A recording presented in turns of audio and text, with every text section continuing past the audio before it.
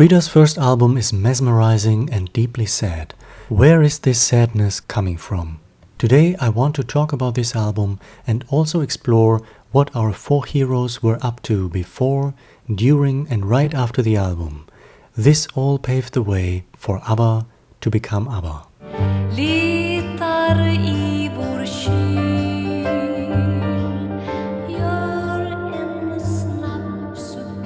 Hey!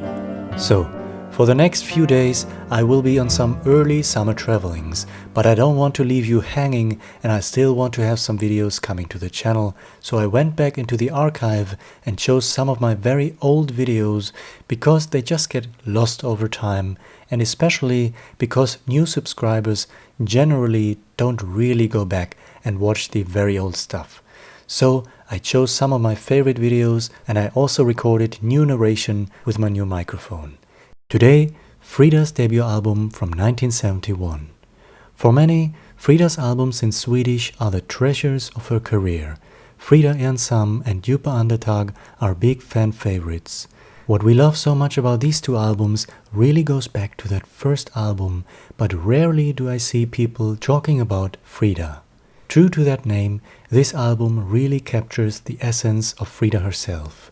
Before we dive into the album, let's see what our four future members of ABBA were up to during this specific period in time. Björn and Benny met 5 years before in 1966, and 3 years later Björn met Agneta and Benny met Frida, all in the same year, 1969. The next year, Agneta and Frida were singing together for the first time on record, and it was of course for a Björn and Benny song, Hey Gamle Man. They released their first and only album as a duo in November 1970, and in the same month, together with Agneta and Frida, they started their first shows together for the next few months. By then, all four of them had been in the music business for years. Björn and Benny with their specific bands, the Hootenanny Singers and the Hepstars, and Agneta already released her third album in October 1970, which was produced by Björn. So what about Frida? During this entire period, between 1967 and 1971, Frida had released 8 singles, which makes 16 songs on A and B sides. The last 2 of these singles were produced by none other than her fiancé Benny, and naturally, he was also the one producing her first album. Between September 1970 and January 1971, Frida was recorded. The album, quite similar to Frida Ensam 4 years later, which was also produced by Benny, mainly contains her interpretations of traditional songs ranging from pop, jazz, musical and even classical. And when I say her interpretations, I certainly mean it. Frida really makes these songs her own. If you are not familiar with this album, or if you are generally reluctant about any of their Swedish material, trust me, it doesn't matter, even if you don't understand Swedish at all. Frida's voice tells the stories, it gives you all the emotions, and together with the music and production, it will capture you. I hope you can check out this album, it's available digitally. For obvious reasons, I cannot really play the music here, but let's talk about the songs track by track. The first song already gives an idea of what's to come with the album. The opening is very calm and reflective. Frida's voice is soothing and puts you at ease. But the song also has some eerie vibes. In all these regards, there is quite a symmetry between this opening and the closing song of the album, which we will talk about later. The second song remains calm, at least in the beginning. The backing track, like on the rest of the album, is very minimalistic. Frida's vocals are nuanced, which isn't too easy with sparse instrumentation like these, where sometimes almost nothing accompanies the voice, but she nails it. The song starts to build up with some great jazz vibes. Again, an interesting symmetry, as the second to last track on the album also returns to jazz. The third song is Lycka, which is Frida's interpretation of Björn and Benny's composition. This is one of the best examples of how Frida makes these original songs her very own. She sings her heart out on this track. With her tender vocals, it really is to melt away. The orchestration perfectly complements the beauty of her voice.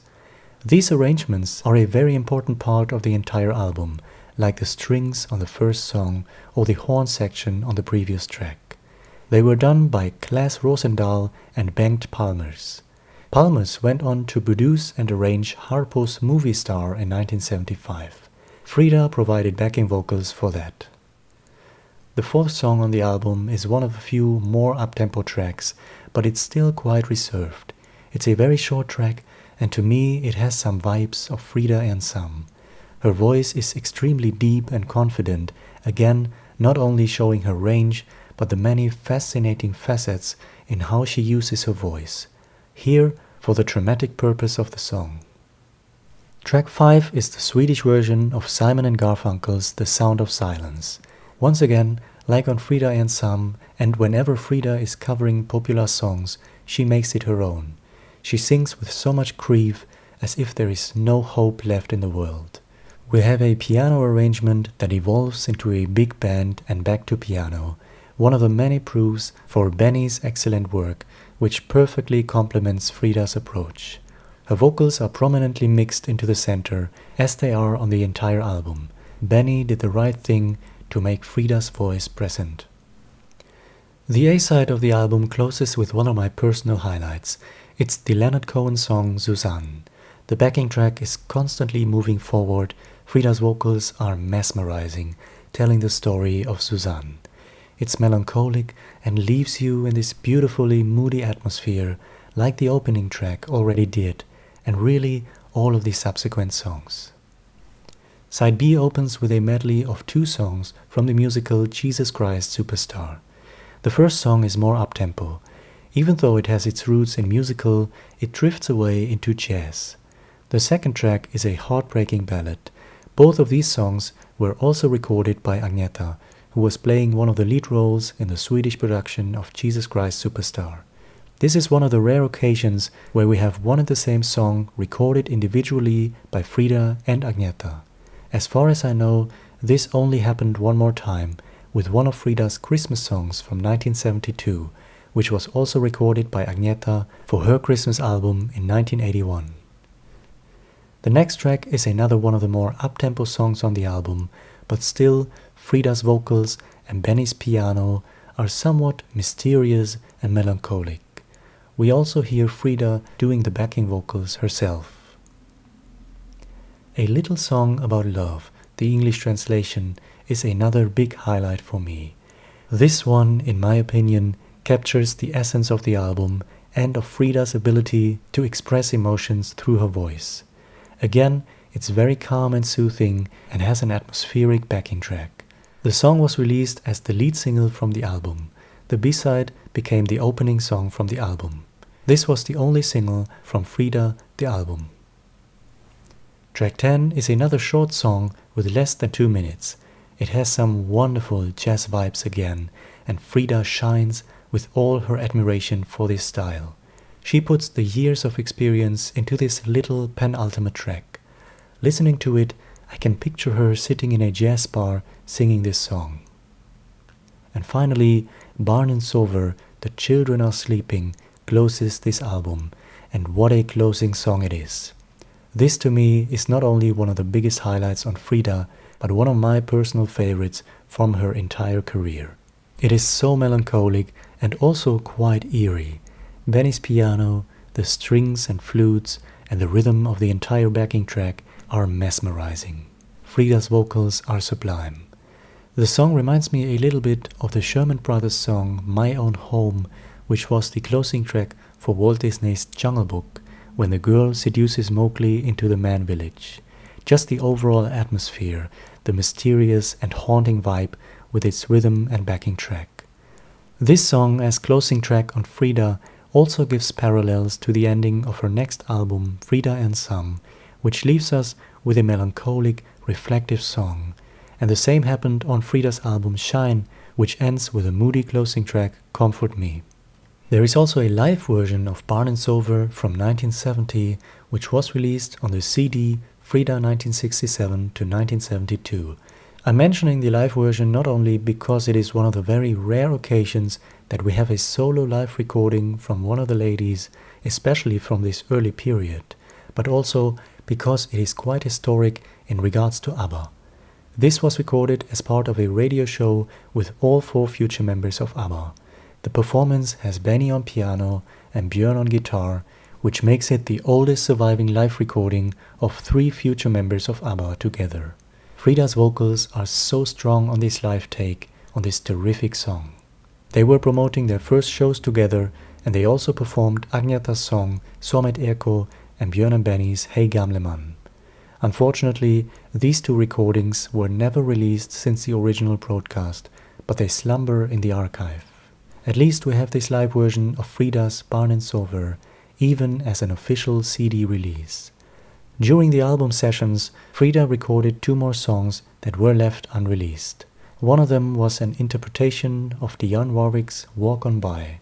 The second outtake was a Swedish language version of the Beatles' The Long and Winding Road.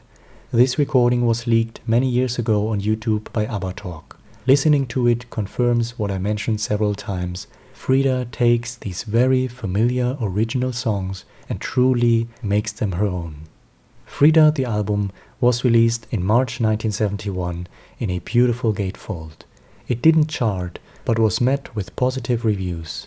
A Swedish newspaper wrote, "Professional, sure and certain LP debut. Low-key but self-sure personality with sprinkles of both temperament, humor and tenderness.